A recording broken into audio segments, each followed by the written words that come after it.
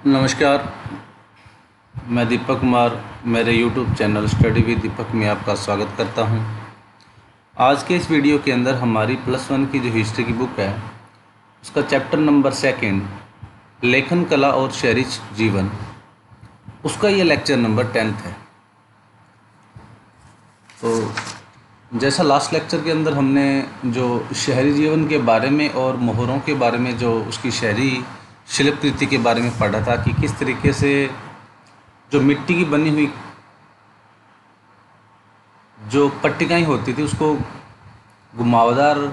या कुछ इस तरीके से प्रमाणित किया जाता था, जिसकी वजह से ये सत्यापित होता था कि इनको किसी राजा या किसी अन्य वर्ग के द्वारा उनको बनाया या चिन्हित किया गया है। और इसी तरीके से शहरी जीवन के अंदर हमने देखा था कि जो एकल परिवार था, सामाजिक व्यवस्था थी मेसोपोटामिया के अंदर, वो पाई जाती थी। और वैवाहिक जो प्रक्रिया होती थी उसके अंदर जो माता पिता थे उनको विवाह के लिए जो सहमति है वो देते थे। तो जो अरेंज मैरिज उस समय प्रचलित थी, और उसकी जो पानी की निकासी की व्यवस्था मेसोपोटामिया के जो शहरी जीवन में पानी की व्यवस्था थी निकासी की, वो मोहनजोदड़ो से थोड़ी अलग थी। और उनके घर बनाने का जो तरीका था, यानी कि उनकी व्यवस्था पूर्ण रूप से मोहनजोदड़ो की तुलना में व्यवस्थित है, वो नहीं पाई गई थी। जो कूड़ा कचरा गलियों से बनाकर वो उसी में डाल देते थे गलियों में, जिससे लेवल है पानी का वो पूर्ण रूप से निकासी है वो नहीं हो पाती थी। अब आज का जो हमारा वीडियो है उसके अंदर की जो पशुचारण जो व्यवस्था बनाई गई थी उस प्रणाली के अंदर, मेसोपोटामिया के अंदर किस तरीके से वो जीवन शैली को अपनाते थे, उनकी व्यवस्था को देखते थे, और उनका जो वातावरण था वो किस तरीके से बनाया गया था, तो वो देखते हैं हम आज की वीडियो के अंदर। 2000 ईस्वी पूर्व के बाद मारी नगर शाही राजधानी के रूप में खूब फला फूला, यानी कि उस समय के आसपास जो मेसोपोटामिया के अन्य शहर जो नगर था मारी, वो शाही राज घराने या कुछ व्यवस्था के रूप में हम मान के देख सकते हैं, या उसमें पद्धति है वो सामाजिक संरचना थी काफ़ी विकसित है वो हुई थी। तो यहाँ आप देख सकते हो कि ये मारी ये नगर है जो कृषि भूमि से संबंधित समतल भूमि है यहाँ पर, और कृषि योग्य भूमि के लिए अच्छी जो पैदावार रही है, जो भी आपको ग्रीन डॉट दिखाई दे रहे हैं फरात नदी के जो लेफ़्ट साइड में, वो आप इससे संबंधित, इस नगर से संबंधित है वो देख सकते हो।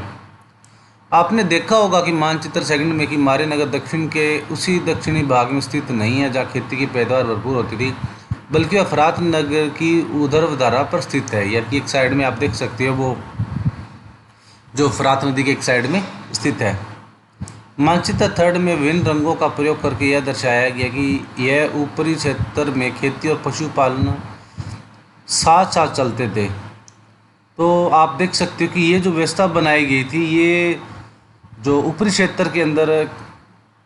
खेती पालन के साथ बनाई गई थी, ये जो मारी नगर है, यहाँ पर आपको खेती के साथ साथ जो पशुपालन थे वो अधिकांश मात्रा में यहाँ पर किया जाता था।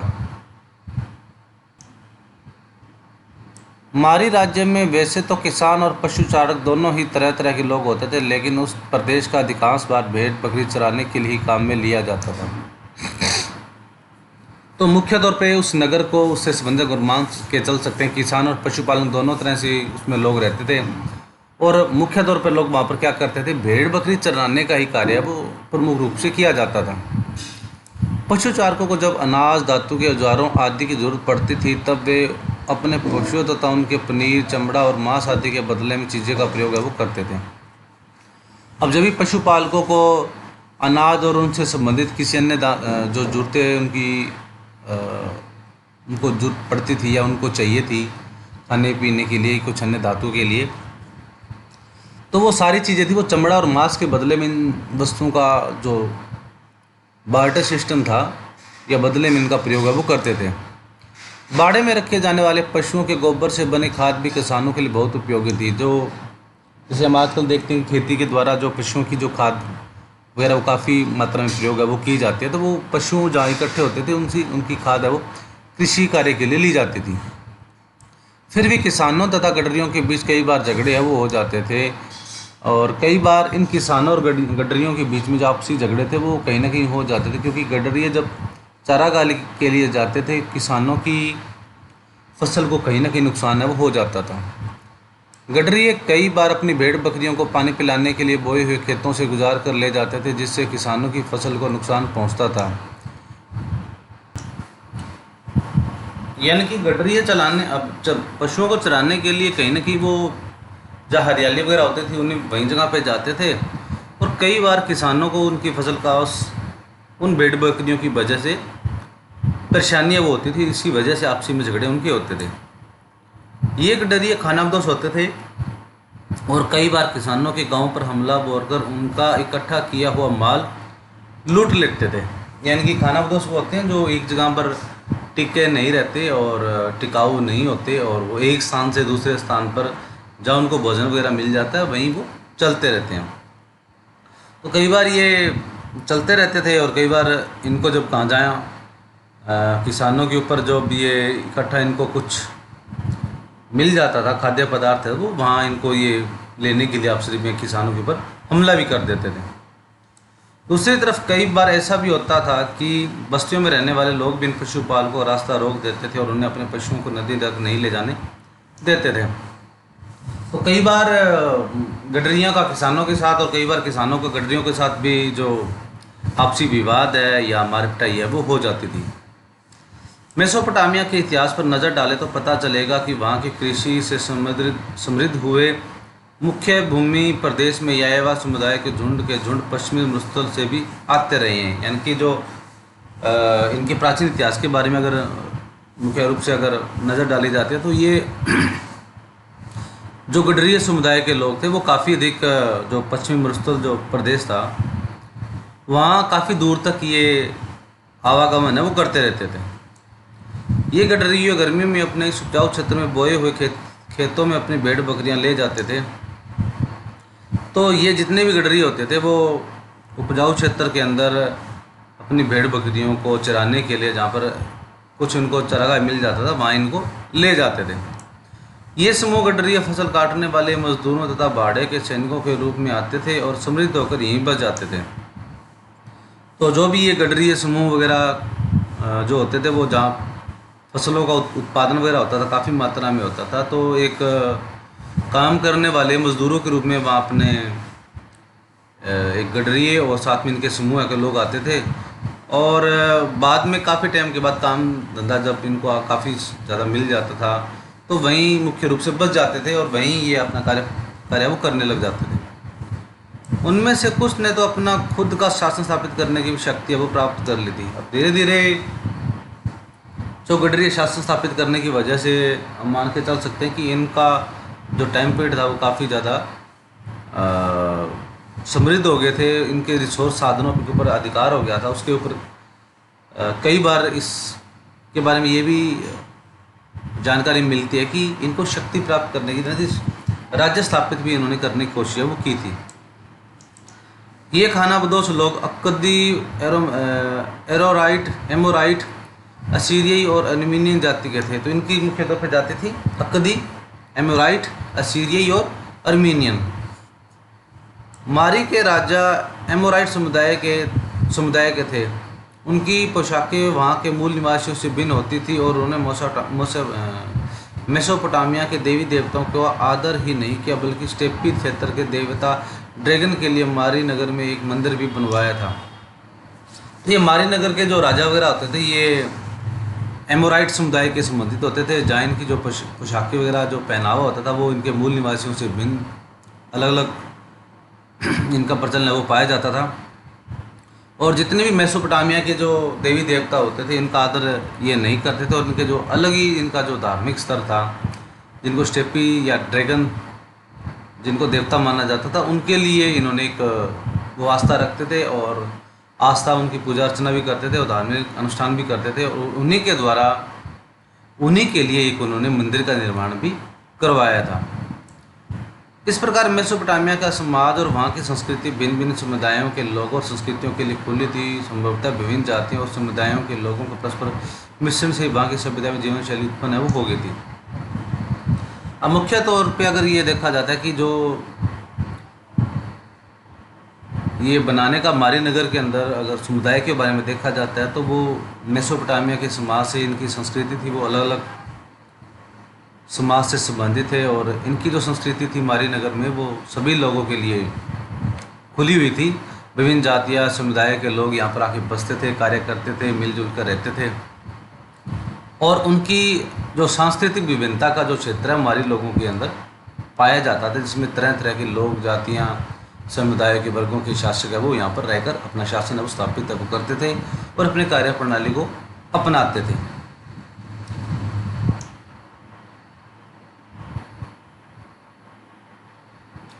आगे आ जाता है हमारा कि किंतु मारी के राजाओं को सदा सतर्क तथा सावधान रहना पड़ता था। विभिन्न जातियों के चरवाहों को अपने राज्य में चलने फिरने की इजाज़त होती है, परंतु उन पर कड़ी नज़र है वो रखी जाती थी। अब जितने भी मारी राजा के अंदर जो राजा वगैरह होते थे वो काफ़ी सतर्क रहते थे, क्योंकि यहाँ की संस्कृति कल्चर के अंदर विभिन्न विभिन्न समुदाय जाति के लोग हैं वो आते जाते रहते थे और उनको चलने फिरने की इजाज़त थी, और सभी लोगों के जो बाहरी लोगों के ऊपर नज़र है वो रखी जाती थी। राजाओं और उनके पदाधिकारियों के बीच हुए पत्र व्यवहार में अक्सर इन पशुपालकों की गतिविधियों का आशीर्वाद का उल्लेख है वो किया जाता था। तो जो भी पशुपालक या चरण वाले लोग आते थे तो उनके ऊपर, इनकी गतिविधियों के ऊपर नज़र रखी जाती थी। उन्हें उनके जो शिविर जहाँ वो रहते थे उन सभी के बारे में जानकारी इकट्ठी वो की जाती थी। एक बार एक पत्रकार ने राजा को लिखा कि उसने रात को बार बार आग से किए गए अपने ऐसे संकेतों को देखा है जो एक शिविर से दूसरे शिविर को भेजे जाते थे, जिससे उसे संदेह है कि कहीं कहीं छिपे या हमले की योजना तो नहीं बनाई जा रही। तो जिस तरीके से ये पशुचारण लोग रहते थे तो एक पदाधिकारी के उल्लेख किया गया है कि ये जो शिविरों के अंदर लोग रहने वाले लोग थे वो अलग अलग अपने आप को आग से कुछ संकेत करते थे, यानी कि कहीं इनका ये मकसद तो नहीं होता था कि चराने की एवज़ में राजा के राज महल के ऊपर ये आक्रमण है वो ना कर दे, तो यानी कि शायद किसी हमले की योजना बनाने के लिए इनको है वो देखा गया था। मारी नगर एक अत्यंत महत्वपूर्ण व्यापारिक स्थल था जहाँ से होकर लकड़ी, तांबा, रागा, तेल, मंदिरा और तथा अन्य किस्मों का माल नाव के जरिए फ्रात नदी के रास्ते दक्षिण और तुर्की, सीरिया, लेबनान के ऊंचे इलाकों के लिए ले जाया जाता था। तो मारी के अंदर अगर मुख्य रूप से अगर देखा जाता है तो काफ़ी चीज़ों का व्यापारिक जो आयात निर्यात था, निर्यात मुख्य तौर पे किया जाता था, जिसके अंदर लकड़ी, तांबा, रांगा, तेल, मंदिरा, अन्य सारी जो अन्य अन्य किस्म के जो ये वस्तुएं और जो अन्य अन्य पदार्थ थे उन सभी का दूसरे देशों के साथ, जिसमें तुर्की, सीरिया, लेबनान, अन्य देशों के साथ इनका फरात नदी के माध्यम से, नदी के द्वारा ही इनका जो व्यापार है वो किया जाता था। मारी नगर व्यापार के बल पर समृद्ध हुए शहरों का एक अच्छा उदाहरण है वो माना जाता है। ये एग्जाम्पल के तौर पे अच्छे समृद्ध शहरों के अंदर इनको एक शहरी की व्यवस्था के तौर पर अच्छा इसका उदाहरण है वो माना जा सकता है। दक्षिणी नगरों की घिसाई पिसाई के पत्थर, चक्कियाँ, लकड़ी और शराब तथा तेल के पीपे ले जाने वाले जल प्रपोत मारी में रुका करते थे। मारी के अधिकारी जल पर जाया करते थे, उस पर लदे हुए सामान की जांच करते थे। ये जो नाव के द्वारा जब व्यापारिक दूसरे देश के साथ किया जाता था तो जो जल के माध्यम के द्वारा जो आवागमन किया जाता था, जो जल के अधिकारी होते थे, तो पत्थर, चक्कियाँ, लकड़ी, शराब, इन सभी का जो पीपे के साथ जो जल आयात निर्यात किया जाता था, तो इन लदे हुए सामानों की जो जल अधिकारियों के द्वारा इसकी जो पूरी छानबीन है की जाती थी। कहीं इलीगल काम तो है वो नहीं किया जा रहा, जो चीज़ें राजा के द्वारा कही गई है उन्हीं का माध्यम के द्वारा उनका जो व्यापार है वो किया जा रहा है। एक नदी में 300 मुद्रा के पीपे रखे जा सकते थे और उसे आगे बढ़ने की इजाज़त से पहले उसे लदे माल की कीमत का लगभग 10% प्रभार वसूल करते थे, यानी कि टैक्स है वो लगभग उनसे लिया जाता था। हर सामान का, हर प्रकार का जो टैक्स है उनको कीमत के हिसाब से, उसके वज़न के हिसाब से जो उसका जो कर है वो राजा के द्वारा लिया जाता था। जो एक विशेष किस्म की नौकाओं में आता था। सबसे महत्वपूर्ण बात यह थी कि कुछ पट्टिकाओं में साइप्रस के द्वीप अल्लाशिया से आने वाले तांबे का उल्लेख मिलता है। यह द्वीप उन दिनों तांबे और टीन के व्यापार के लिए मशहूर था, परंतु यहाँ रागे का व्यापार भी होता था। तो जो अन्य किस्म के अलावा यहाँ जो जो का व्यापारिक होता था, वो बड़ी विशेष अन्य किस्म की निकायों के अंदर वो लिया जाता था। और यहाँ आने वाले जो तांबा था, जो कि अलाशिया द्वीप से मंगवाया जाता था, उन तांबा का जो टिन होते थे व्यापार के लिए मशहूर है, वो माने जाते थे मारी के अंदर। और यहाँ रागे का व्यापार भी किया जाता था,